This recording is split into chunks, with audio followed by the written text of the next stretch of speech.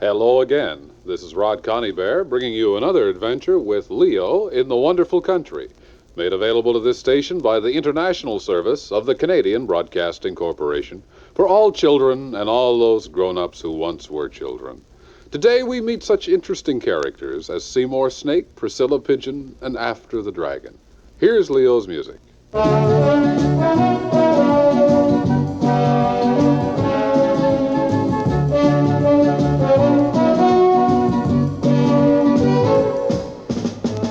You'll remember that Leo is the boy who discovered that if he crawled through the cardboard box in his basement, the one his last tricycle came in, he'd find himself in the wonderful country, a place where it's always summer and crazy and interesting people and creatures live. Well, here's Leo to tell us about a curious celebration called National Laughing Day.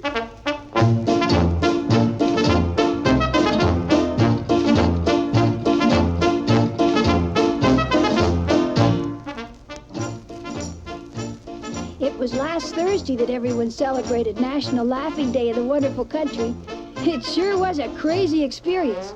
I'd crawled through the cardboard box as usual, just expecting to play with some of my wonderful country friends until dinner time.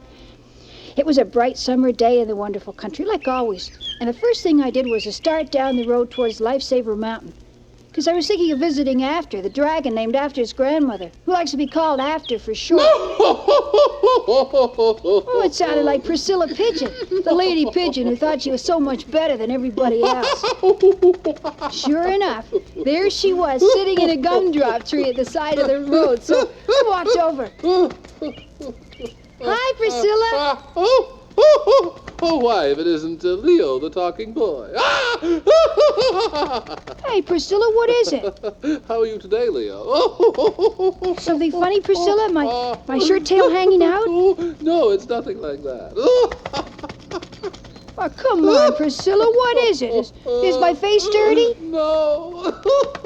Tell me what you're laughing at. Tell me what's wrong with me. What's wrong with you? The fact is, if you really want to know, for my money, you're a mop-haired, middle-class, arrogant, sarcastically smiley little savage, the like of which there are many too much around these days. Modern little twerps like you don't wait until they're spoken to before they speak. Do you really mean that? I certainly do. In the good old days, in which I tried to keep my mind at all costs, children were little pets who trembled with joy at a grown-up smile and wept buckets of tears at their frowns. Children nowadays behave as if they had all the rights of a human being. For shame, you devilish little modern kid. Heck, Priscilla, the feeling's mutual. There, you see, Leo, you speak right up to an old pigeon like me, as if you didn't have to take my insults and invective. Well, I don't see why I should have to take your insults and whatever that other thing is. I think you're a nasty old sourpuss of a person. In fact, that's what I wanted to know about. What? Well, now I forget. But it had something to do with whatever you were doing before you started to insult me. I was merely telling you, Leo, what was wrong with you, seeing as how you asked me. That's it. You were laughing so hard. Why were you laughing? Oh, so that's what you wanted to know. Well, nothing to do with being amused. Today is simply National Laughing Day. National Laughing Day? King Fatso IV has decreed this day every year as National Laughing Day. Why? Oh, he wants everybody to be happy at least one day a year. So even if you've been sad all year, you must laugh it up today. Well, what happens if you don't? Well, the pleasure police will arrest you and put you in jail for a week. The pleasure police? Mm-hmm. They're cruising around today in their squad cars looking for creatures and people who aren't laughing. Hey, what's that? And woe betide the... Oh, Leo, yes, that's the pleasure police. It must be. Leap behind the New Year's bush if you don't want to be arrested for not laughing. Oh, Get down okay. there, Leo. I jumped into the New Year's bush and screw all those noise mix and news on New Year's Eve, and I crouched there while Priscilla laughed and the squad car went by. My goodness. All this good humor puts me in a grumpy mood. Say, I wonder where the pleasure police were going. Well, they seem to be headed for the road that goes up Lifesaver Mountain. Hey, you don't suppose they're going to arrest After the dragon? Oh, someone may have reported him as a non-laugher. You can't even trust your best friends on National Laughing Day. It brings out the worst in them, you know. Maybe I better go up and see if he's all right.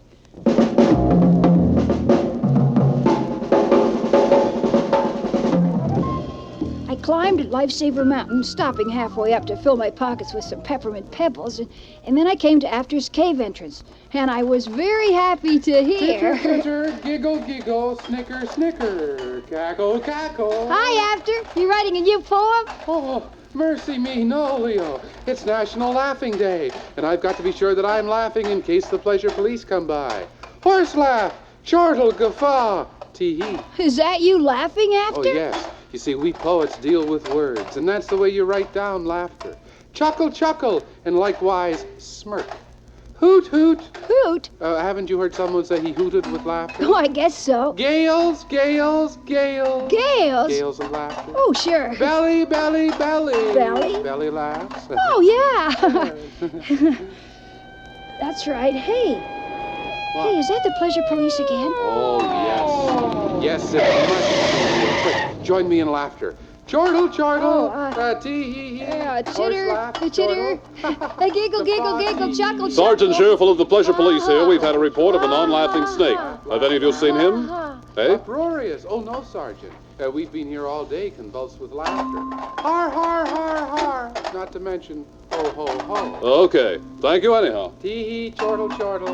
Beaming smile, beaming smile. Non-laughing snake. Do you suppose it could be our old friend, Seymour Snake? I wouldn't be a bit surprised, Leo. Oh, but he likes to laugh. Seymour is one of those creatures that only likes to do what he wants to do. It's very possible that just because he's supposed to laugh today, he won't crack a grin or show a fang. Yeah, I think you've got something there. Oh, I hope they don't catch him. Well, I guess I might as well get going. It's getting on towards supper time. Bye-bye, Leo. Glee, glee, and sardonic guffaw. Oh, yeah. Ho-ho, and belly laugh to you, After.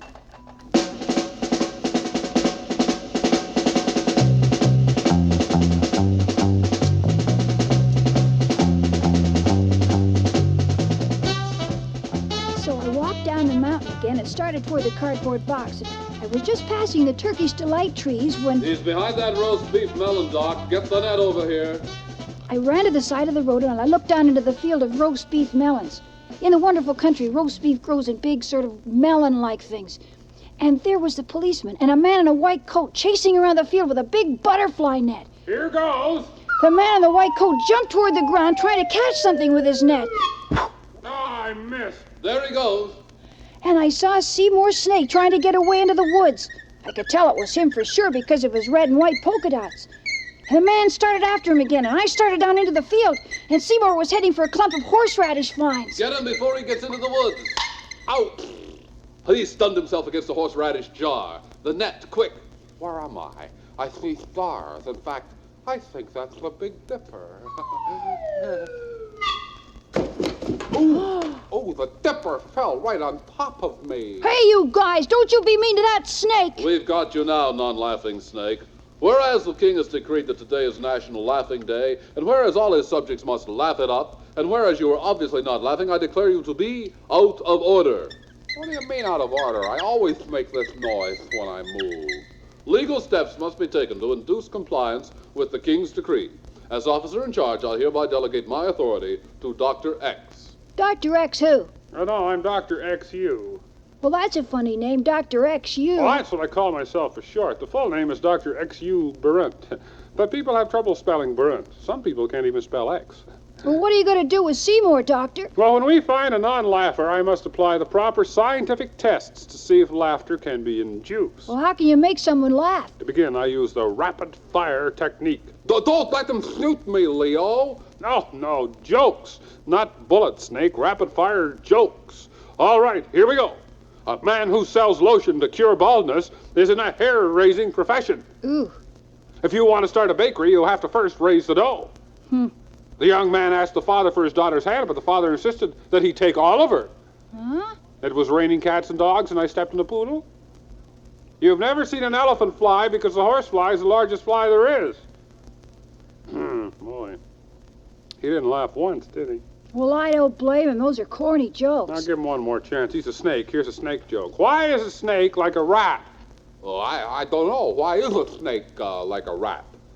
Because a rat lives in a rat hole, and a snake ends in a rattle. That's got to be the worst joke I ever superb. Look, Seymour, can't you laugh anyhow just so they won't put you in jail? I got up on the wrong side of my snake pit today, Leo. There's not a chortle in my entire 4 feet of polka dots. Then, officer, I guess there's only one more chance for him. Right, Doctor. I'll get Bertha. Well, who's Bertha? Oh, we always have Bertha with us in the squad car for serious cases like this snake. If she can't make anybody laugh, then it's jail for sure. Well, what kind of jokes does Bertha tell? Oh, none. Oh, is she funny looking? Not particularly, no. Well, then how's she gonna make Seymour laugh? Well, you just hope for his sake that she does. In fact, hope for your sake that she makes you laugh. Me? I just realized you're suffering from non-laughing also. You didn't even crack a boyish, freckle-faced grin when I told those hilarious jokes. You mean you might arrest me, too? Certainly, if Bertha doesn't turn the trick. Well, but I have to get home for dinner or my mom will be Oh, worried. here comes Bertha now. Bertha was a big, fat lady with a big, round face. And she was coming down the hill with the officer. Hey, haven't I seen Bertha somewhere before? Bertha has posed for many pictures. Oh, where? In front of fun houses at fairs and carnivals. Hey, that's right. She's that big, fat lady whose mouth opens and she laughs all the time. That's just what she's going to do now. Hello, Bertha. Okay, Bertha, here we are. Now get ready. These are very serious cases, Bertha. Look straight at these two right here. So Bertha stepped back a bit. She looked awfully serious, and I didn't see how Seymour and I would ever laugh at her. And she opened her mouth and...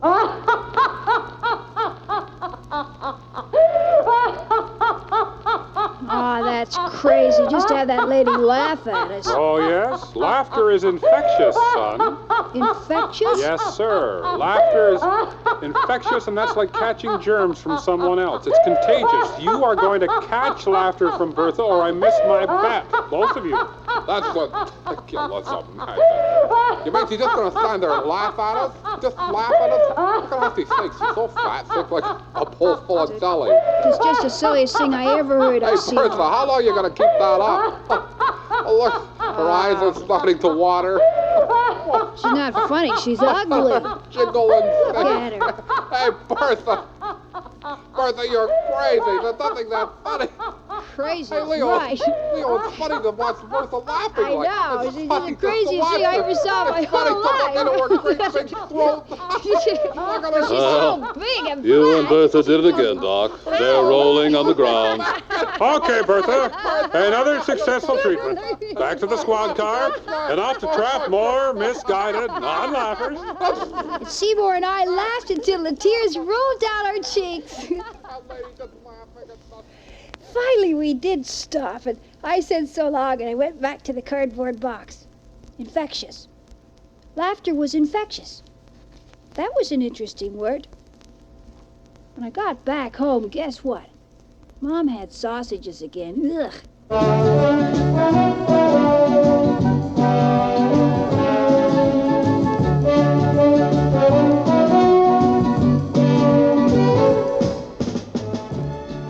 So there you have another adventure with Leo in the Wonderful Country, a program made available to this station by the international service of the Canadian Broadcasting Corporation for all kids and ex-kids everywhere. Our program is produced by Annette Gibson, with technical operation by Brian Wood, sound effects by Alex Sheridan and Bill Roach. Leo is played by Jackie White. And my name is Rod Coneybear. I'm here because I write the stories and play all the other parts, including that of Priscilla Pigeon, who now says to you, be one of the best people, and listen to Leo in the Wonderful Country next time.